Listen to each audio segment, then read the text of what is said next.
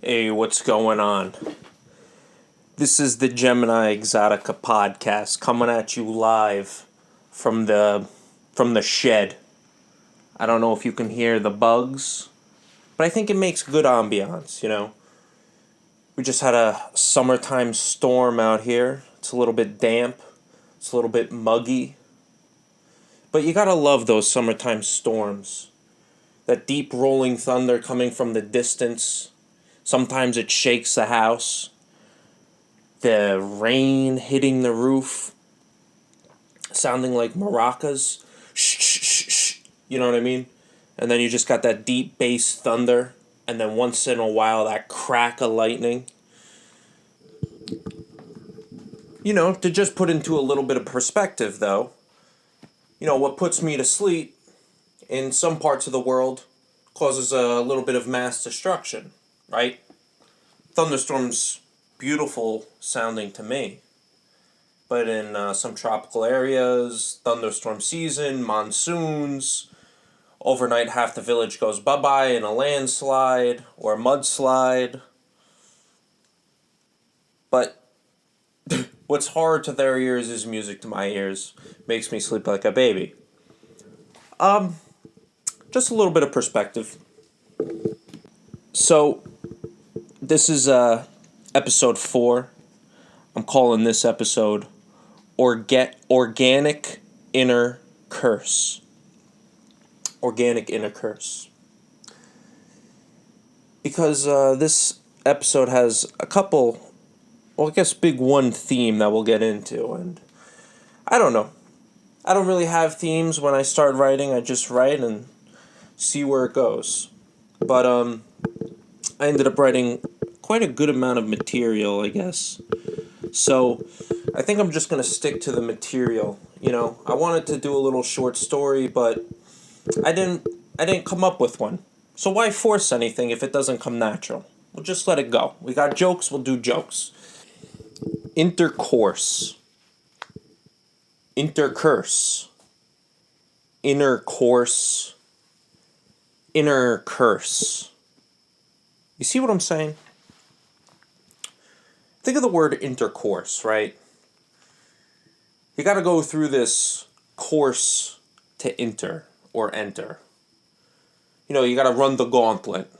But what even pushes us to run the gauntlet that so many people don't even know how to do? Like, you know, there's a couple of people that claim, you know, but their biggest claim to fame is you just got to keep throwing stuff to the wall and see what sticks. Not the ladies. Don't throw them against the wall. Well, I mean, unless they like that, then maybe yeah, do throw them against the wall. But throw them through the wall. Throw them through the wall of your apartment building right into your neighbor's living room and continue on his carpet. But no, well, you know, throw it against the wall. What are we talking? Pickup lines, dance moves, cologne. But this whole thing trying to find a partner, like, this isn't exactly a science. Like, imagine if NASA came out and said, yeah, you know, we're going to launch about 80 rockets into space. 79 of them will probably explode in the atmosphere. One of them might make it. You know, that doesn't exactly work, right? And it really doesn't work. And, you know, most of the time it's embarrassing or, but yet we continue to drive for this opportunity to engage in intercourse, right? It's like almost like a unnatural motivation. And that's what makes me to think that we have a inner curse. And the reason why I say inner curse is it's because you have like this demon inside of you. I mean, it's almost not you. It's almost like an unnatural push to engage in these things. And I mean, you know, I say unnatural push because most of the time, you look back at it and it's just extremely embarrassing.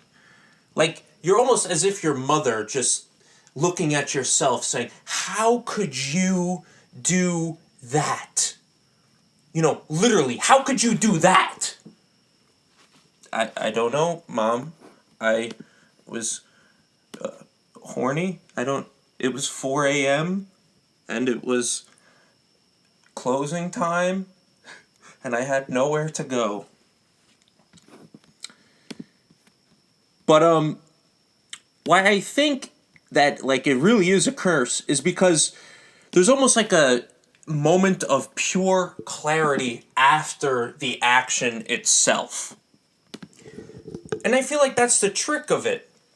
It's like afterwards, after this crazy intense ride of attempting and getting there and doing it and now being done, reality crashes.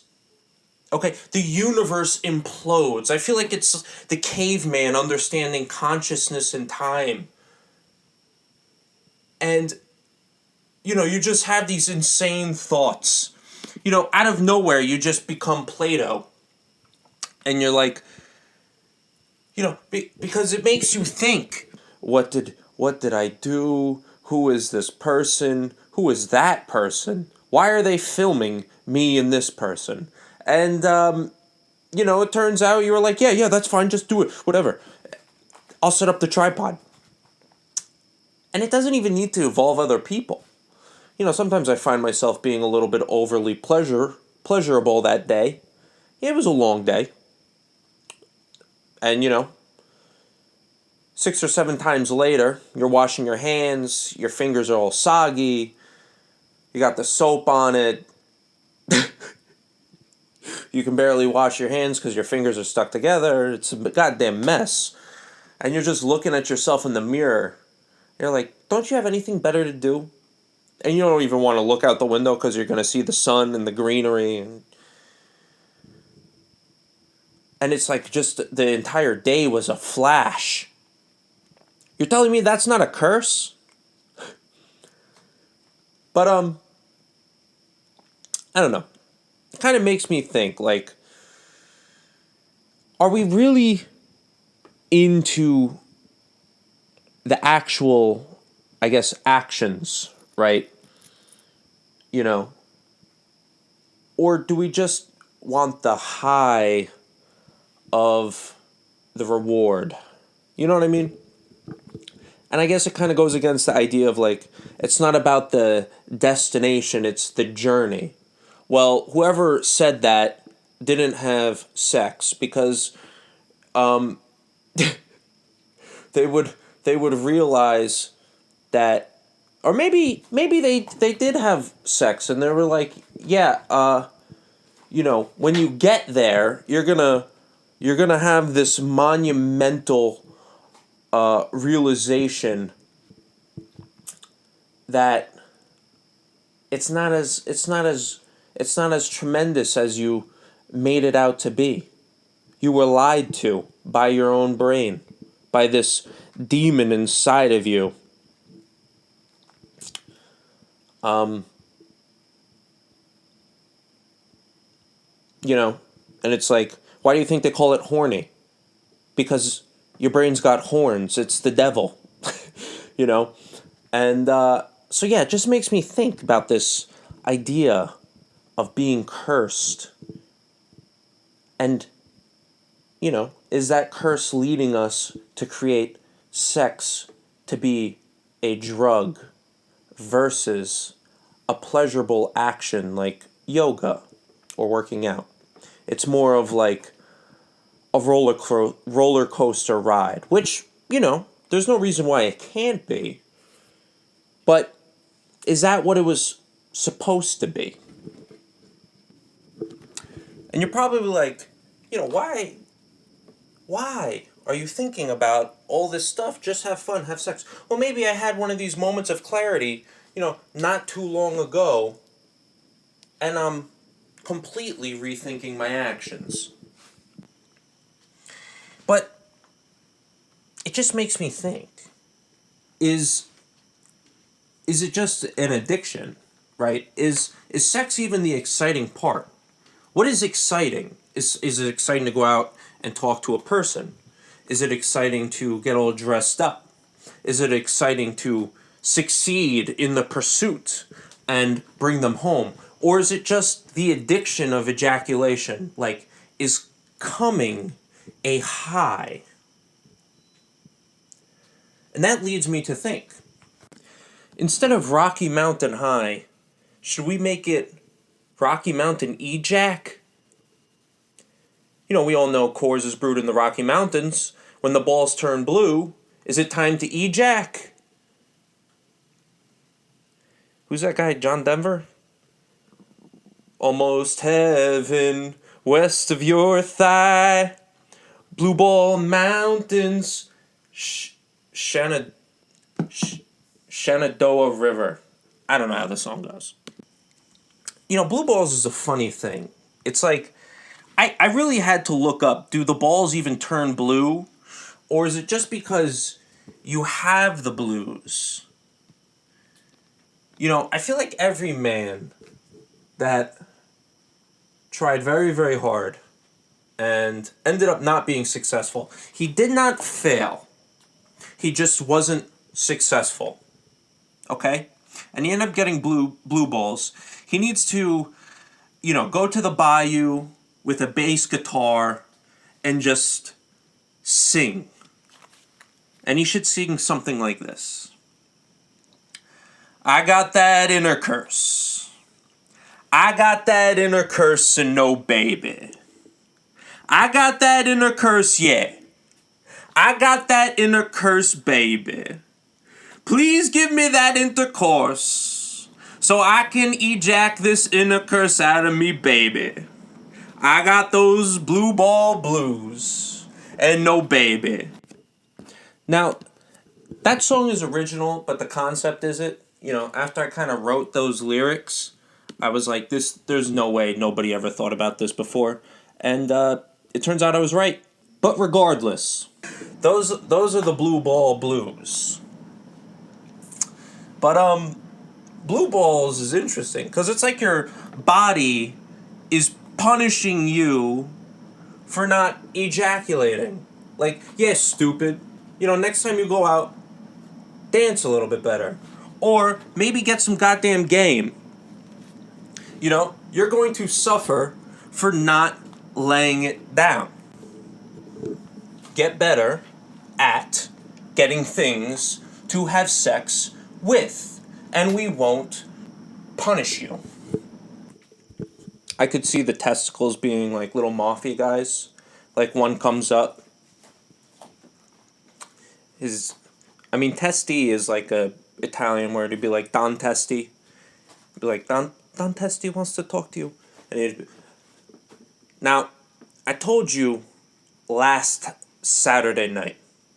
Okay? I told you last Saturday. I've had it up to here with your BS. All you do is stand in the corner at the club. You look around, you buy a drink, and then you get nervous. I can't take this anymore. And then the other ball's like, yeah, boss, you tell him. He's like, shut up. If you do not have sex this weekend, I'm going to explode. And you don't want to see me when I explode, because it's not going to be pretty. You're going to need a new pair of shorts. So get some balls and go lay some pipe. The Olympics are on.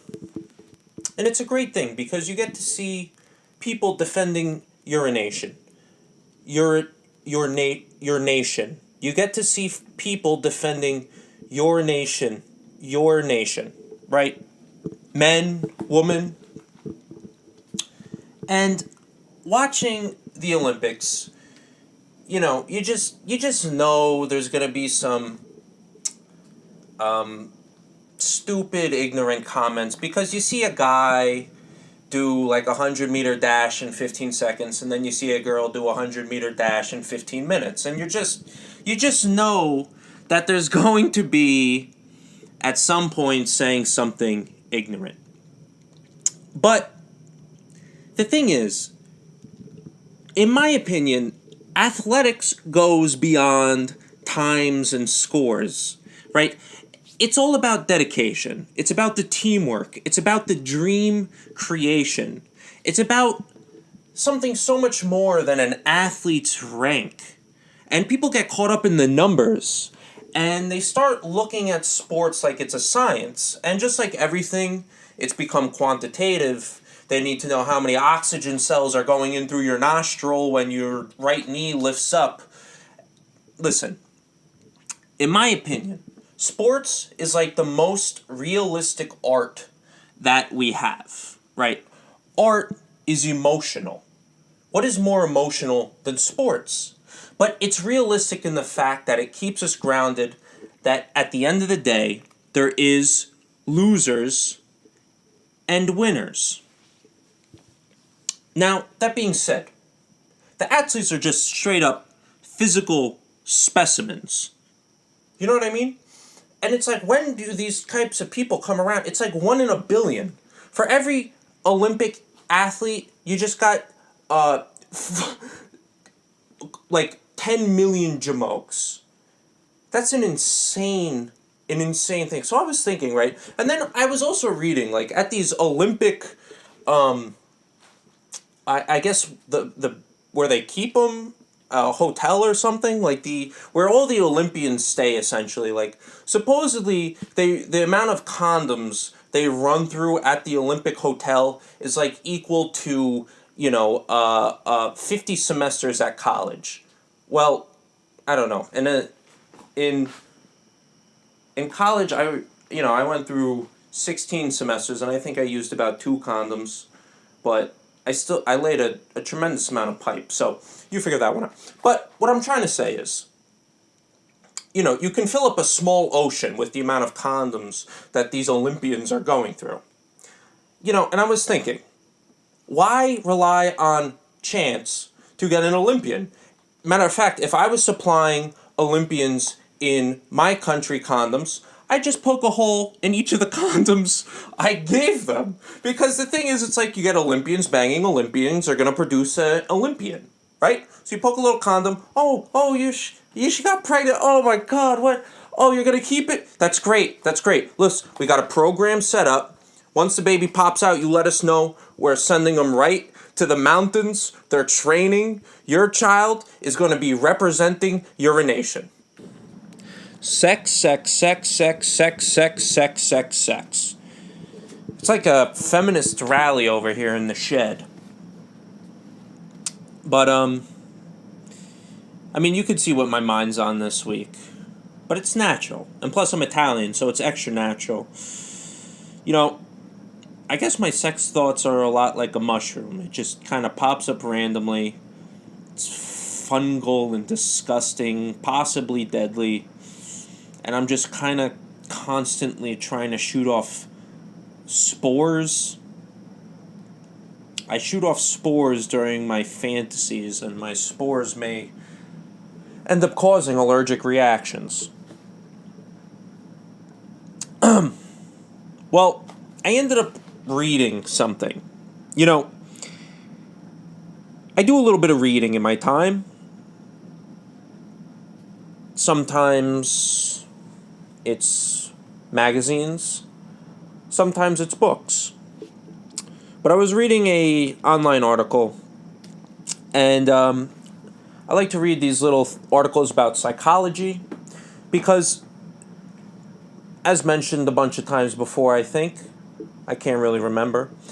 I think I said, the human brain interests me because I believe every action, every reaction, every word, every thought is grounded in this human emotion, and that is directly stemming from the brain.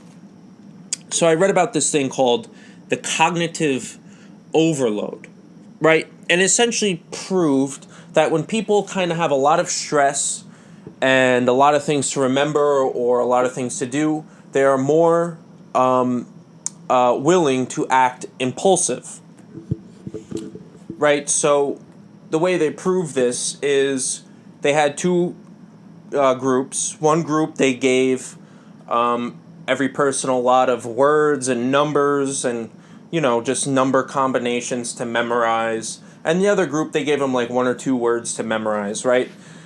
And then after like the memorization games, they took both groups out to lunch, and the group that had to memorize a lot of stuff, like a majority of the people in that group ended up acting impulsively and getting like a chocolate cake after a big lunch, versus the other group that didn't have a lot to memorize, kind of just didn't want the chocolate cake. And what that kind of shows us is that during times of stress, you probably want to make up for that stress through a little alleviation, right? And through that, you end up acting impulsively. So, has ever, well, nobody I know, and definitely not me, has impulsively decided to do yoga or decided to have a good day or go help a homeless person, right? What is impulsive is always negative, right? It's always like I had to impulsive. I ran behind the shed at the park and beat my meat. It's like what? But everybody's got a cognitive overload, right? In the day to day, there's always some kind of stress. Whoever said like if something could go wrong, it will, hit the nail on the head. Every single lesson, I'm convinced, is subjective. It means it sometimes works, not really. That guy who said that, or girl, really hit the nail on the head, because every single day is a new challenge of chaos.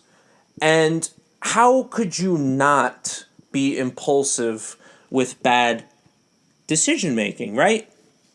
But I mean, what I think is like small things usually lead to bad habits. It's like, when you have a rock and it's getting hit with water, eventually a crack is going to form. It might take a couple thousand years, but a crack's going to form.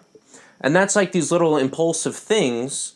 And I know, especially for me, these little impulsive things actually have bad habits in it. And ultimately, it kind of affects your character, and it just teaches your brain to be impulsive. It makes that impulsive behavior a bad habit, right? And I think that's where this inner curse comes from, especially for me. Because the brain is such a weird thing, because for me, right? I get a little bit stressed out at work. I'm kind of a horny guy, as mentioned before. What I've been doing is like, I'll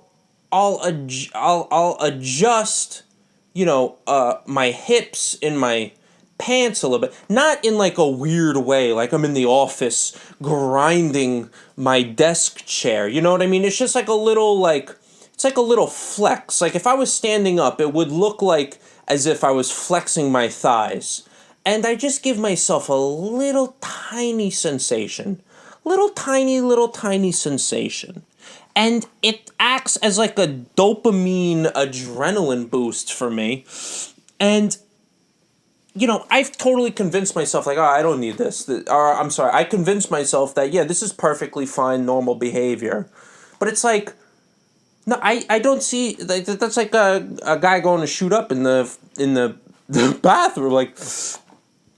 I need something. I need to do something to get this chemical rush in my brain. And for me, it's the inner curse. But I've allowed that inner curse, right? I've almost cursed myself. I put the sign of the devil on my chest at night and lit a candle in a triangle or whatever, and cuddled a dead goat that I murdered, right? Like I cursed myself. So it's not a curse. It's not a ghost. It's not a possession. It's these tiny little habits that you do. You don't even think about, you just kind of do them, and they happen in the background, right? They're happening in the background. And they're almost like subconscious. But they're little tiny habits, and they turn into just, I guess, long-term unconscious behavior. And we take that for curses. But it's not. It's just you. And it's definitely just me. But, I don't know. That's what I noticed about myself today. Because I saw myself kind of rocking a little bit. And I was like, what am I doing? I'm like, I'm in Microsoft Word. How is this turning me on? And I was like, no, it's not turning. There's nothing turning me on. It's just that when I get bored, I try to drift off somewhere, and it's like I still gotta pay attention. I still gotta focus, but I allow that horniness to be like on autopilot, and I just kind of give myself that little sensation to give me that much needed pre-lunch dopamine boost. And it's not that it's a super bad thing. I mean, there's a lot worse ways to, I guess, motivate yourself. But I want to be righteous. I want to be pure. I don't want to rely on things to push. I want to rely on myself, right? So, all in all, that's all I got. We had a couple of jokes. We had a couple of talks. I don't know. This was kind of fun. I mean, a bit on the shorter side, but I was given critiques that the podcast was too, like the 40 minutes, the hour long. It's definitely not hours. 40 minutes, 30 minutes. I think that 20 minutes is good. But there's no set time limit. It's whatever I got. And that's all there is to it. What I have is what I have. If you don't like it, then you could leave. And that's why I always get blue balls. But, and that's why Don Teste pays me a visit. But, yeah. So, thank you for listening. This is the Gemini Exotica podcast. This was episode 4. Organic Inner Curse. Thanks again for listening. Have a great day. Bye.